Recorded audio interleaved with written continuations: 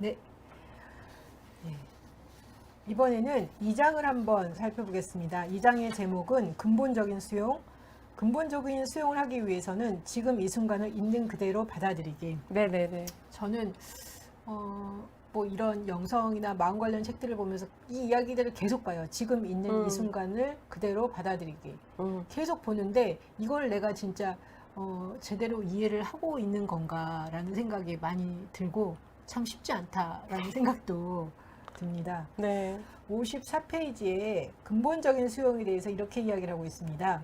내면에서 일어나고 있는 것을 분명히 인식하고 본 것을 열린 마음과 친절함, 사랑하는 마음으로 바라보는 것이다. 아까 선생님이 얘기한 것처럼 나 왜 이렇게 내가 나를 보기는 보는데 왜 이렇게 괴로워요? 그러니까 괴로우니까 보기 싫어요. 제가 이렇게 말씀을 드렸더니 비난의 눈으로, 비난의 렌즈로 봐서 그런데 여기서 딱 이야기하기를 열린 마음과 친절함, 사랑의 마음으로 바라봐라.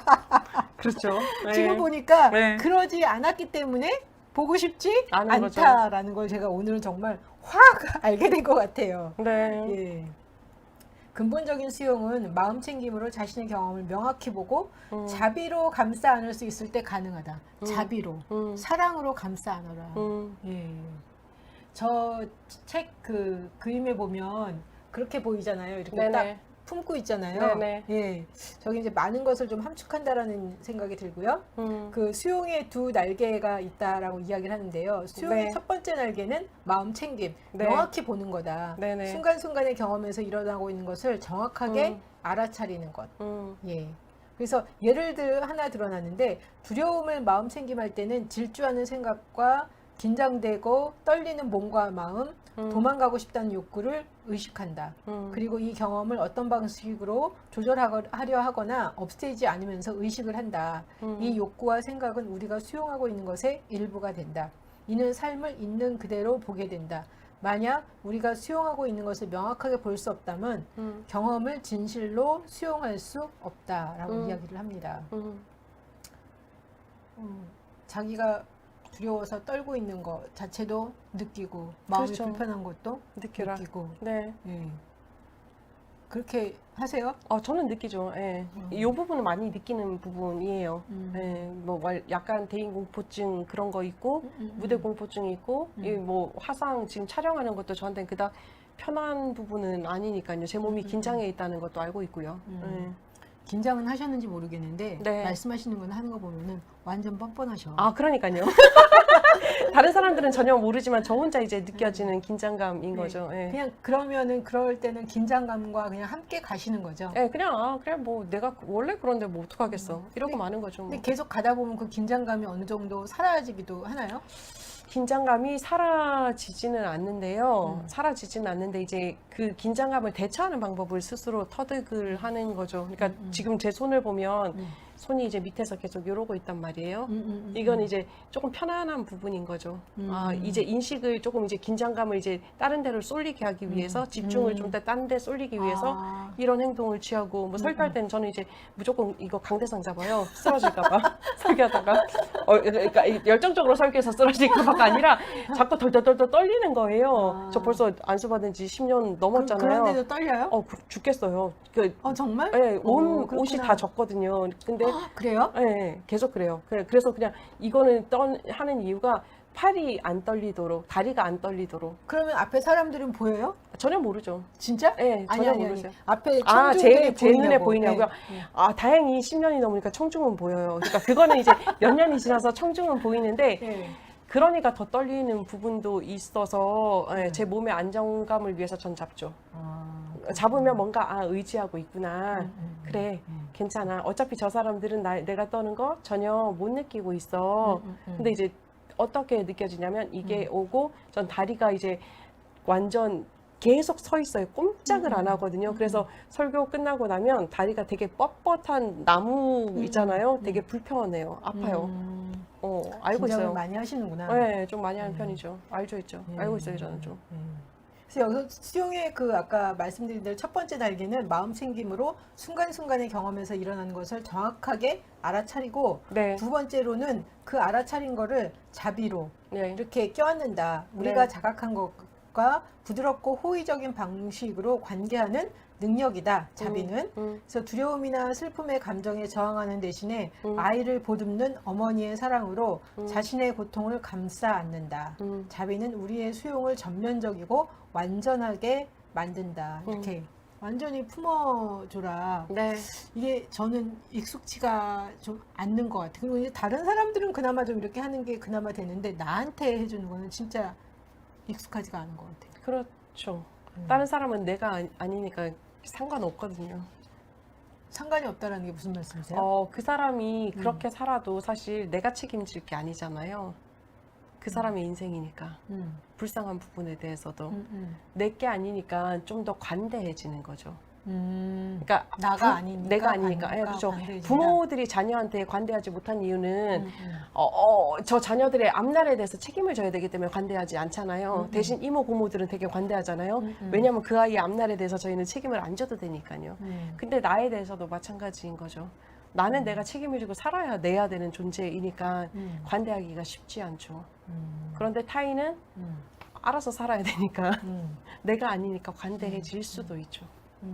내가 아니기 때문에 어떻게 보면 이런 뭐 방어막이라든지 뭐 비난이라든지 이런 거 없이 그냥 바라볼 수 있죠. 예, 바라보는 게 되고 그냥 그렇죠. 돕는 게 어떻게 보면 이제 자연스럽게 되는데 그렇죠. 오히려 나 돕는 게 이제 이게 안 쉽지 않죠. 예. 네. 왜냐면 이제 나는 내가 살아내야 되는 존재이기도 하니까요. 그리고 또 그것도 있어요. 사실 상대에 대해서도 내가 포용해주고 않는 부분에 있어서 진심이 다 안 가도 해줄 수 있거든요. 50%만 가도. 그런데 나한테는 진심이 안 가면 그게 진심이 아니구나라고 깨달을 수 있으니까요. 그 차이도 있더라고요. 그리고 이제 다른 사람을 이렇게 해줄 때는 그냥 그 사람을 있는 그대로 보는 게 되는 것 같아요. 맞아요. 네. 근데 나를 품으려고 보면은 이게 너무 많은 게 보이는 거야. 마음에 안 드는 것들이. 그렇죠. 그래서 이게 더 잘 안 되는 거구나. 예. 그리고 이게 한 가닥이 이렇게 한 자락이 이렇게 깔려 있는 듯한. 네. 커튼 쳐져 있는 네. 정확하게 말하면 암막 커튼 쓱 우리한테는 들이내려워져 있죠. 그걸 좀 걷어내지 않으면 자기를 좀 봐주는 게 쉽지 않네요. 네, 그렇죠. 자비로 안기가 쉽지 않죠, 자기에 대해서. 여기에 그런 이야기가 있더라고요. 의식의 본질은 일어나고 있는 것을 아는 것이고 가슴의 본질은 보살피는 것이다. 네. 예. 저는 이 이야기가 되게 좋았던 게 가슴의 본질이 보살피는 것이다. 네. 예. 보살피는 거죠. 예. 어떻게 생각하세요, 이거에 대해서? 당연하죠. 그 엄마의 가슴 저는 생각났거든요. 엄마의 가슴, 할머니의 가슴. 우리를 안아주는 존재는 가슴이죠. 네. 따뜻함이라고 생각을 하죠. 저는 그 부분을. 예. 근데 우리가 가슴이 없느냐, 우리 자신에 대해서. 거기에 대해서 생각을 해보셔야죠. 가슴의 본질이 보살피는 것이다. 이렇게 때로는 이렇게 가슴이 동할 때가 있잖아요. 네, 맞아요. 예. 근데 이게 동하지 않을 때도 참 많고 딱딱한 가슴일 때도 있고. 그렇죠. 예. 그래서 화살이 필요하셨던 거죠. 화살이 가슴에. 필요하다? 왜냐면 말랑말랑하게 해지기 위해서? 그 가슴에서 싹이 나야 되잖아요. 보살펴졌으니까 씨앗이 뿌려졌으면 그게 싹이 나야 되는데 가슴이 너무 딱딱해져가지고 싹이 뚫고 나올 힘이 없었던 거죠. 그런데 밖에서 화살이 쏘아지니까 구멍이 생겼잖아요. 그러니까 그 구멍 사이로 나오는 거죠. 그래서 보면 근데 여기서 가슴이 딱딱하면 네. 화살이 튀어나올 수 있잖아. 그렇죠. 튀어나가죠. 튀어나갈 수 있죠. 근데 이제 약한 부분만 공격을 했겠죠. 그러니까 바뀌었겠죠. 그렇죠. 그리고 그렇죠. 바뀌었으니까 어쨌든 그게 이제 요 가슴 속에 있는 그 씨앗이 발현할 수 있었던 거예요. 그래서 이제 그 이슬람 이 신비주의 시인 루미가 그런 얘기 하잖아요. 외면하지 말아라. 붕대 감은 곳에 시선을 유지해라. 거기가 당신에게 빛이 들어가는 곳이다. 선생님에게 하시는 말씀 같은데요. 저는 무슨 생각을 했냐면 네. 웬만한 거에는 잘 신경을 안 쓰잖아요. 네. 그리고 이제 넘어갈 수 있는 거는 다 넘어가잖아요. 네네. 그러니까 사실 보면 그런 거는 별로 문제가 안 되는 것 같아. 네. 근데 살다가 어느 순간에 그거는 건들지 마세요. 내가 그 선까지는 할 수 있는데 그거를 넘어가면 내가 견딜 수가 없어요. 네네네. 근데 딱 거기에 걸리는 것 같아요. 맞아요. 그러니까 그게 걸리는 이유는 그게 가장 큰 안마기이기 때문인 거죠. 우리한테 그 나머지는 상관이 없는 없는데, 거죠. 예. 그러니까요. 그래서 그 안마기 거쳐져야 사실은 심장이 말랑해지는 거잖아요. 아, 그러니까 그냥 화살 맞아도 그냥 그렇구나, 그냥. 아, 그렇구나는 아니고, 아, 내가 화살 맞았구나. 그래서 아프구나. 음. 아, 지금 내가 아픈 상태구나. 왜 아팠나. 그래, 이게 나한테 가장 컴플렉스이고 약한 부분이구나. 그렇게 바라봐 주시는 거죠. 그렇게 이제 역설적으로 본다면 네. 사실은 그냥 처음에는 딱 이렇게 예를 들면 심장에 가시가 보일 때 너무 네. 깜짝 놀래고 아, 그렇죠. 어떻게 막 이랬는데 네. 그런 식으로 본다면은 조금 더 좀 자기 자신을 보는데 도움이 될 것 같아요. 네. 그래서 꽃이 핀다. 네. 예. 아름답지 않아요? 아, 아름다운 얘기인데 네. 힘든 이야기네요. 아, 그렇죠. 원래 네. 모든 씨앗이 발현하려면 힘이 들어요. 우리도 자라나는데 힘들었잖아요. 젓가락질하고 숟가락질 배울 때, 네. 글 배울 때 힘들었잖아요. 네. 근데 제가 바라기는 안 아프고 배우기를 바라는 거죠. 그러니까요. 솔직하게 얘기를 하잖아요. 네. 아픈 게 싫거든요. 아, 그러니까요. 그렇죠. 뭐. 예. 69페이지에 근본적인 수용에 대한 흔한 오해들에 대해서 나오는데요. 네. 이제 사람들이 이제 수용한다 그랬을 때 그것을 체념한다라고 생각하는 사람들이 있는 것 같아요. 네네. 근데 근본적인 수용은 체념이 아니다. 칼 로저스가 이런 얘기를 했습니다. 신기한 역설은 내가 내 자신을 있는 그대로 수용할 때 내가 변화할 수 있다. 그래서 수용한다는 것은 체념이 아니다. 네. 근데 제가 예전에는 수용한다고 뭐 받아들인다고 그랬을 때 체념하는 거라고 좀 많이 생각을 했던 것 같아요. 그러니까 포기하는 거지 계속. 네네. 네. 포기하죠. 네. 근데 포기해도 걔들이 살아나거든요. 생명력이 있어가지고요. 포기해도? 끈질기게. 그럼요. 포기해도 끈질기게. 근데 체념하거나 포기하거나 그러면 훨씬 좀 좋은 건 아니잖아요.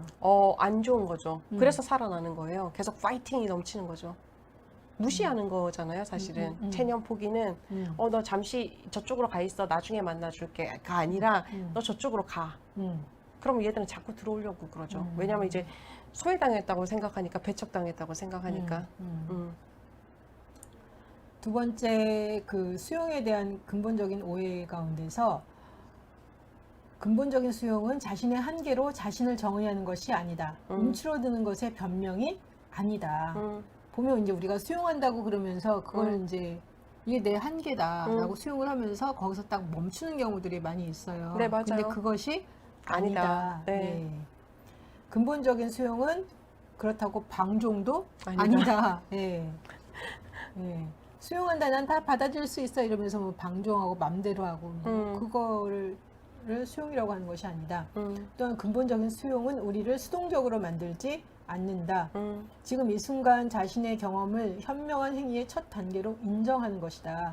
근본적인 수용에서 나오는 결정과 행위, 특정한 결과에 대한 두려움으로부터 반사적으로 튀어나오는 결정과 행위 간에는 차이가 있다라고 이야기를 하고 있습니다. 네.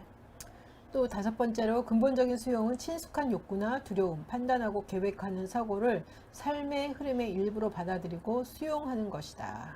예.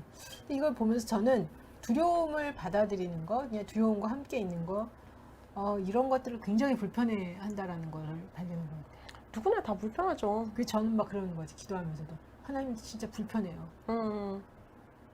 그래서, 근데 이렇게 기도해도 되나? 근데 하나님, 이 두려움과 함께 있는 거, 불편함과 함께 있는 거, 진짜 이거 불편한데 이거 어떻게 하면 좋아요? 계속. 네. 그래도 인지를 해주고 있는 거잖아요. 사실 불편함과 함께 있다라는 거. 예전에는 불편함과 함께 있지 않아서 불편함은 아웃. 그러니까요. 아웃. 그러니까 아무것도 안 느껴. 그런데 이제는 그러면 안 된다라는 생각이 있어서 그래 그냥 두렵지만 그냥 두려움을 견뎌보자. 근데 진짜 불편하네? 막 이 생각이 드는 거예요. 시도가 좋다 저는 생각해요. 인지가 되고 있으니까요. 어쨌든. 그 다음에 받아들여 줘야 되는 거죠. 그냥 불편해도 그냥 그러고 사는 거? 그렇죠. 뭐 불편해도 어쩔 수 없지 뭐. 이 마음. 어차피 그러면 같이 살아야지. 멈추지는 않겠죠? 그래도 그냥 앞으로 나가는 거죠? 그럼요. 예. 어차피 아무것도 나를 발잡지 않거든요. 인정해주고 나면. 우리가 비밀이 있으면 살아가기가 조심스럽잖아요. 그죠. 그런데 비밀이 없으면 살아가기가 불편하지 않거든요. 조심스럽지도 않고요.